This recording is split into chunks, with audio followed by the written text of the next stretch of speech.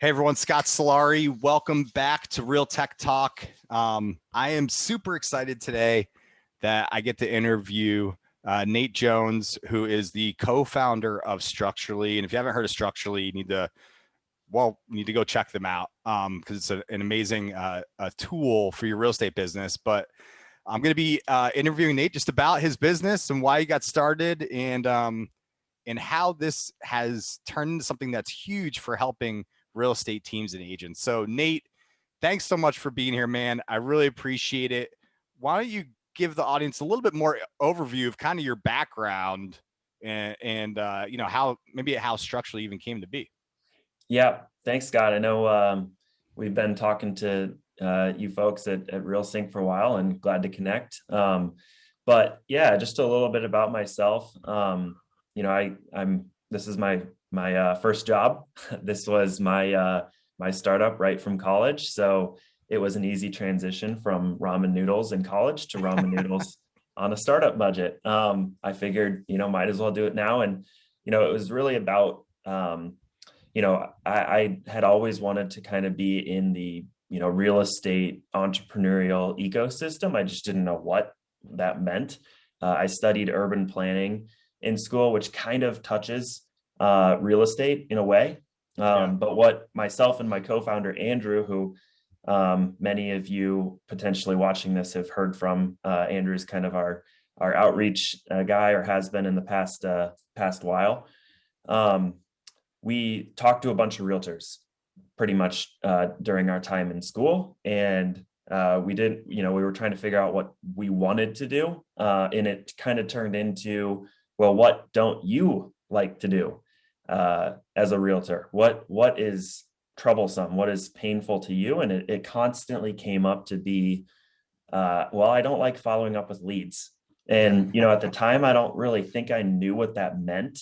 I was still really, really green. But, thinking about it, realtors typically, if you're, familiar with like the DISC profile, are, high eyes for the most part. They love to be people to people. They love to talk to people. They love to interact.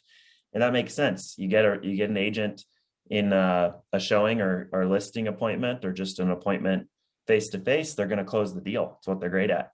But the behind the scenes stuff isn't so fun. And so I think that lead follow-up problem is really where we narrowed in on. And that's what Structurally focuses on today: following up with leads, qualifying leads, and handing them off to an agent so they can close the deal. And we really wanted to solve that with technology. So this is all done via conversational AI, which is a relatively new term to the software industry as a whole, but especially to real estate. We really, have set out to solve that problem with technology rather than just kind of throwing a human call center at it, because I think we're at that point in today's world where it's a reality.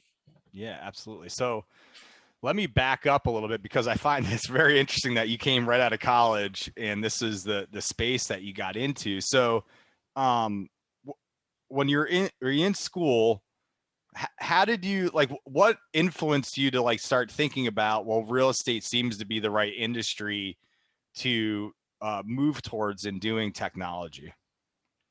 Yeah, I think it just we in talking to a bunch of realtors, we saw that their technology was fragmented, just all over the place. In other industries, it was more kind of cut and dry. You use this for your CRM, you use this for your marketing, you use this for your, HR, things like that. It was just kind of like out of the box. These are the de facto systems. And, that's good or bad. In some industries, they're just the dominant 5 players. In real estate, there's not really too many dominant players. It's pretty well fragmented.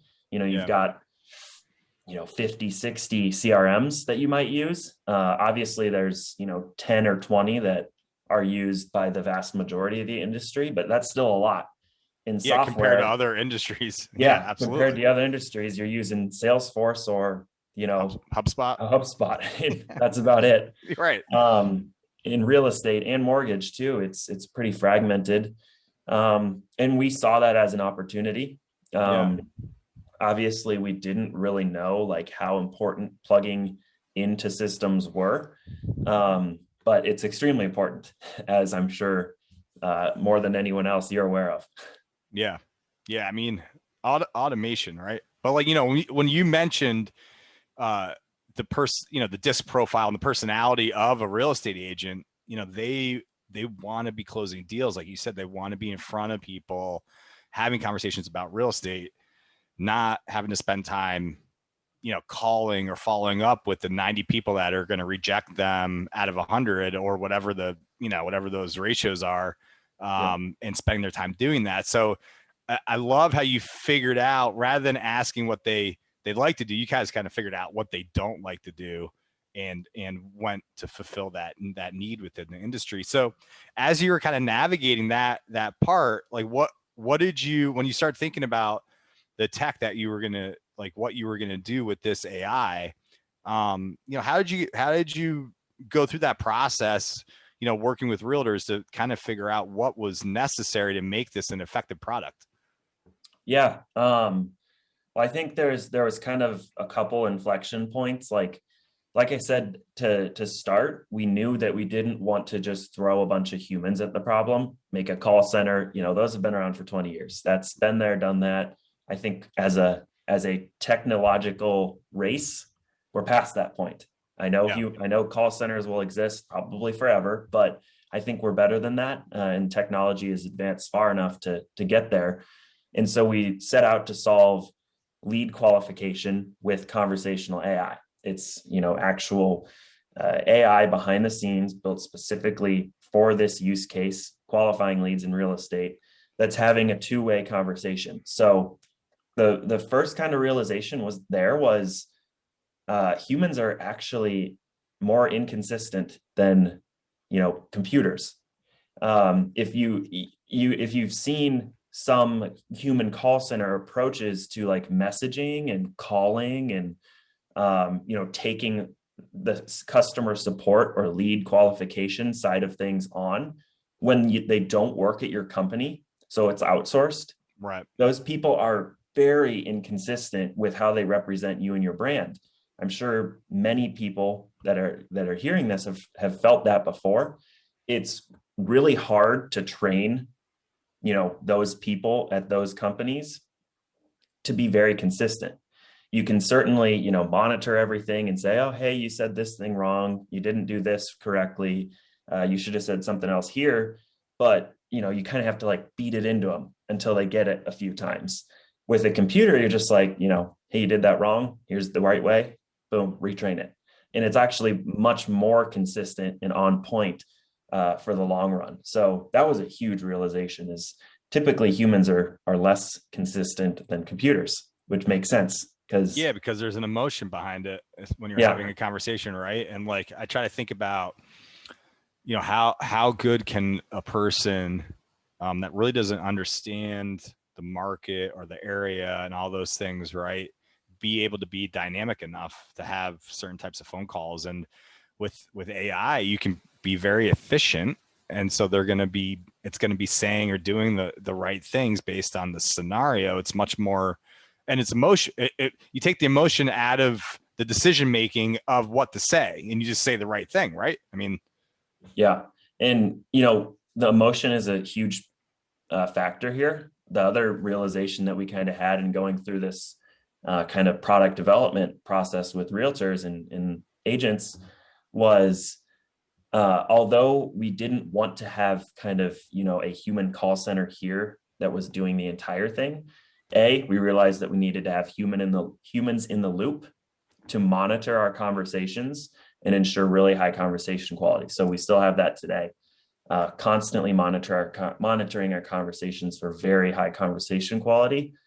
And the second piece of that is we wanted our conversations to be indistinguishable from human. That's when you're buying or selling a house or even renting a house or investing, it's a huge life event. You want to feel leads, consumers, they want to feel heard, understood, and valued. They want to feel like they're talking to a human. And we set out to do that from day one. And we've processed millions and millions of leads, which means millions of conversations. And we found in some internal review that 99.9% of our conversations feel like they're talking to a human, which means, we actually looked at like very granular, what we call like intent data, where a consumer, if a consumer says something like aggressive, like, oh, this is a terrible conversation, you're clearly a bot, you're clearly not a human, that's a failure to us. Right. And we found that 0.1% of the time that happens. And obviously we're going to try and make that even less so, but that's just kind of our standard is, we set out to be indistinguishable from human, and we're doing that.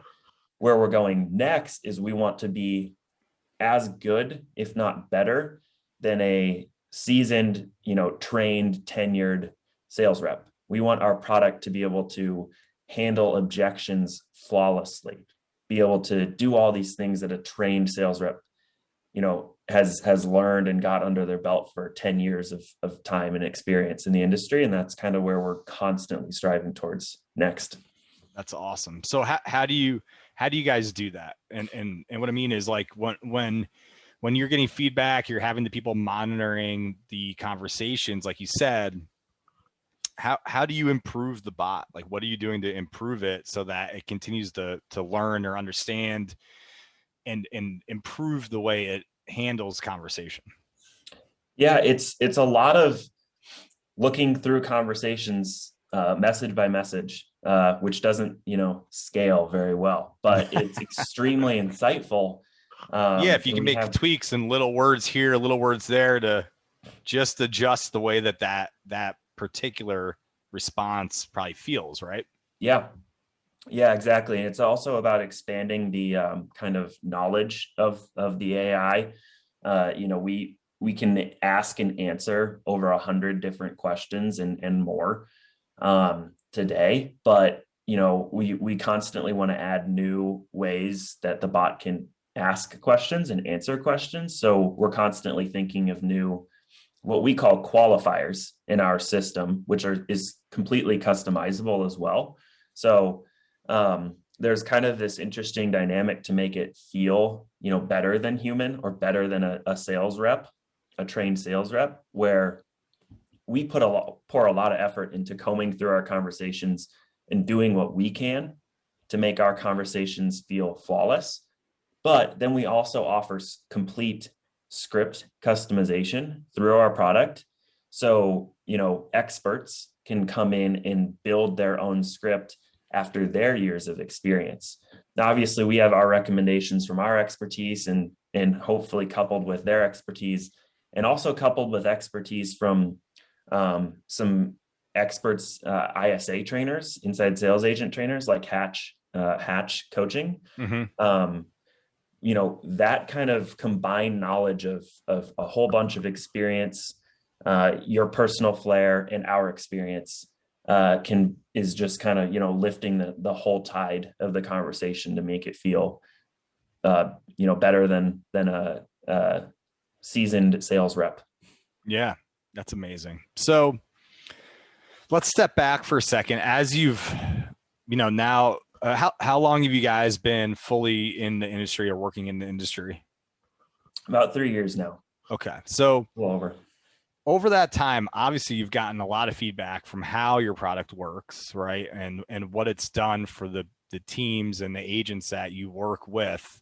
Talk to me a little bit about like some of the results and the success you've seen, and some of the maybe success that you've seen that you didn't expect. Yeah. I would say that, our off the cuff, our typical like stats that we look at are engagement rate. So we follow up with leads over text and email. So we've added email recently too, to add, even more engagement. But first and foremost, we're trying to get a consumer to respond no matter what. Even if it's bad, hey, that's still helpful to you to know that they're not particularly worth your time right now. So first and foremost, hugely helpful. I don't want to skip by that. That's hugely helpful, because think about how much time it would waste your agent following up, texting, calling to get a response of someone saying, hey, leave me alone, or I'm not interested. Right. Exactly. And now you have this happening and it's wasting no one's time. Yep. So we're at above a 57% engagement rate right now. So that's what we look at. And then we actually categorize our responses from leads once they do respond into stages. We categorize them into interested and not interested. So those not interested people are, leave me alone. And then so interested, not interested, and needs agent follow-up. Needs agent follow-up is, we've recognized they've said something that indicates they want to take a next step. They either want to schedule an appointment, either in person or on a call. They would rather that you just give them a call right away, like right now. So they're active, they're ready, they're hot. And we see about a 17% lead to agent ready qualification rate. So those are kind of the de facto, high level stats that we're always monitoring. But we've seen some engagement rates even and agent ready rates. We've seen engagement rates like in the 80% range, which is just, crazy to me. That's typically done via some custom drip writing. And it's just phenomenally successful. And we've even seen some conversion rates. So what you're saying, that's when the expert or the agent gets involved, adding their expertise as well with yours. Yep. And it can really push those engagement rates up a lot higher. Yeah. Cool. Yeah. And we've also seen some agent ready qualification rate in the neighborhood of like 40 to 50%. So 40 to 50% of leads from certain sources from some of our accounts, need agent follow-up are raising their hand basically, which is just crazy. I never thought I would see something that high. Typically those sources are what we call like property inquiry leads from usually the portals, Zillow and realtor.com and those places. They're typically more expensive leads. They're typically people inquiring about a very specific property, and they're typically wanting to go see that property. So that's why that engagement rate's usually higher. So, I think there's a good balance between those types of leads that are more expensive, but, pretty far down the funnel, and the long-term nurture leads that you can buy pretty cheap from pay-per-click sources like Facebook and Google. A really good, healthy balance of both sent through a product like Structurally, or that can kind of tee them up for you is a really great way to balance your business. Yeah, I love it. So when you think about like agents or teams that you've worked with, do you have any like specific stories of success that you've heard or about, an agent maybe just talking to you about how much this product has helped their business and changed their business? Yeah, I think, I'll come back to like the Hatch coaching folks. They have actually kind of developed a add-on script that was wrote specifically for them after their years of experience that we offer through our product. So I know one thing that I've learned from them, so that like 40 to 50% agent ready rate typically like comes from them and others that are using those scripts.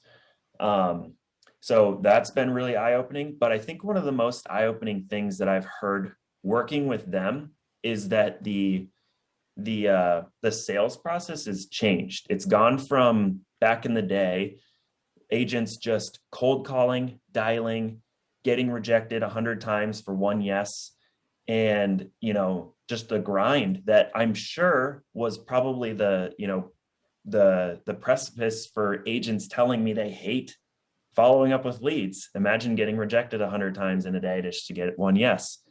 That whole dynamic, I think, has changed in the last 3, 4, 5 years. It's gone from, kind of outbound to inbound. You have all this automation in place now, whether it is through someone like Structurally or through something like a CRM that has a bunch of these follow-up features kind of built in. Yeah. where now leads are responding to you and you're being able to, you're not involved in that process. You're just being more selective about who am I working with. This person has requested an appointment. I see that they had this conversation with this AI saying that they're already approved for a loan. They're not working with an agent and they're ready to move in 3 months. And I've done nothing. I can just show up. Right. And I didn't feel that rejection of the 40 other leads that this AI responded to. And they said, screw you, leave me alone. So Yeah. it's kind of changing that dynamic. And I think one of the big reasons for that is we've actually done a webinar on this, but like dials are dying in a way. There's always a room, a space for phone calls, but like in the last 2 days, I think I've gotten 8 potential spam phone calls on my phone. I answered 0 of them, and I listened to some of their voicemails, and they're from like reputable companies that we use. They're our vendors, and it still got flagged as potential spam. But if you think about that at scale in real estate, think about all the, point blank cold phone calls that are going out to someone who just registered on your site. That's probably getting flagged as potential spam, or because they don't know the number, they're just hitting decline. So I think Yeah. that is probably one of the, tailwinds to this like dynamic shift in more inbound responses via messaging, where then you can have a phone call because they know who you are, rather than just pounding the pavement, making dials, dialing for dollars and getting 100 rejections. You know what? You really, dude, you're so right on with that. And it's funny because you made me think about like, I don't get phone calls anymore.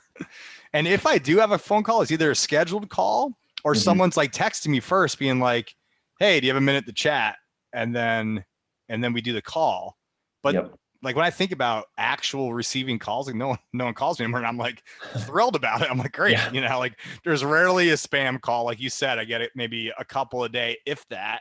It's pretty rare. And so I agree with you, man. I think we've navigated into a world where we can be much more efficient with our communication, without having to pound the phones. And your company structurally and other follow-up features like you mentioned, other CRMs and stuff, can handle the lead flow when it's up here where it's really high up into the funnel, and work it down to the level that we've never seen before, to where an agent can just talk to someone that's ready to go. Right. Yeah. And then they can handle a lot more qualified leads, and you can see how that would affect the bottom line of a business and make it way more profitable. Right. Yep. Because of the way they're spending their time. So really, really amazing stuff. So Nate, just to wrap up, like, when you see the future and where things are going, not only with structurally, but what what people can expect actually from structurally, and as you guys continue to grow and improve the way the AI works, what can they be looking for? And then also, if you can let them know where they need to go if they want to, do a demo or find out more about, using your platform. Yeah. My 2 cents on the future is I think CRMs today are being controlled by humans. You got to go in, you got to update a task, you got to remove a tag, add them to a plan, things like that. I think in the future, CRMs are going to be controlled by AI or automation entirely, where someone like structurally has a conversation with a lead. We recognize that they're not particularly interested just yet. There may be 12 to 18 months out. So we integrate with CRMs to add certain tags in a way that is specific to your system, that puts them on a follow-up plan, that sets reminders for you to give them a call or check in or send them mail. Some of those things that can't be fully automated.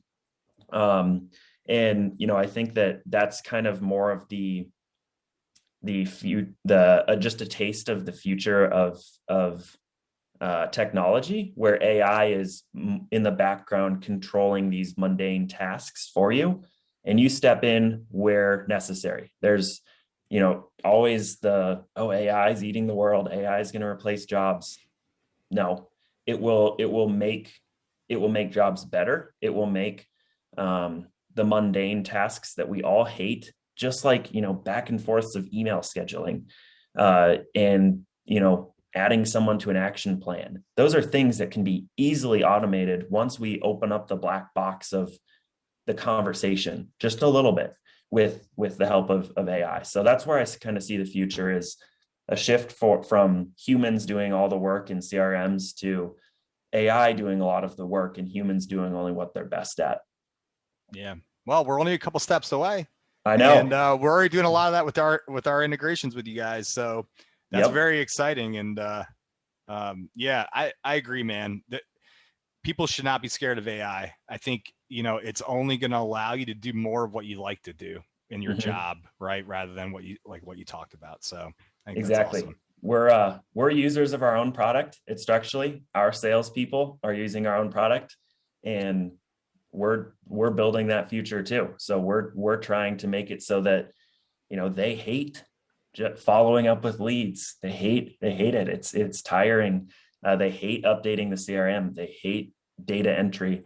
So whatever we can do to take away those tasks is what we're after. And, like you said, the integration with you guys is a huge step in that direction. And I know you said to kind of talk about where you can find us, and, just find us at structurally.com. I think we're listed on the RealSync integrations page, so you can learn about how we integrate with you guys there. But yeah, we're about to add 2 more integrations as well, so people can be looking. Brevity should be coming, being integrated with Structurally this upcoming month, and then I know that in our roadmap we have Sierra coming as well with Structurally, so that will be, hopefully done before the end of May, ideally. So yeah, we keep expanding, so more and more people out there can use it, and what a great product, man! It's very, very exciting. And yeah, Nate, thanks so much. Yeah, appreciate it, Scott. Always glad to collaborate with you guys, and looking forward to what's next. You got it, man. So thanks everyone for watching. This has been another episode of Real Tech Talk with RealSync. Nate Joens with Structurally, and we'll see you next time.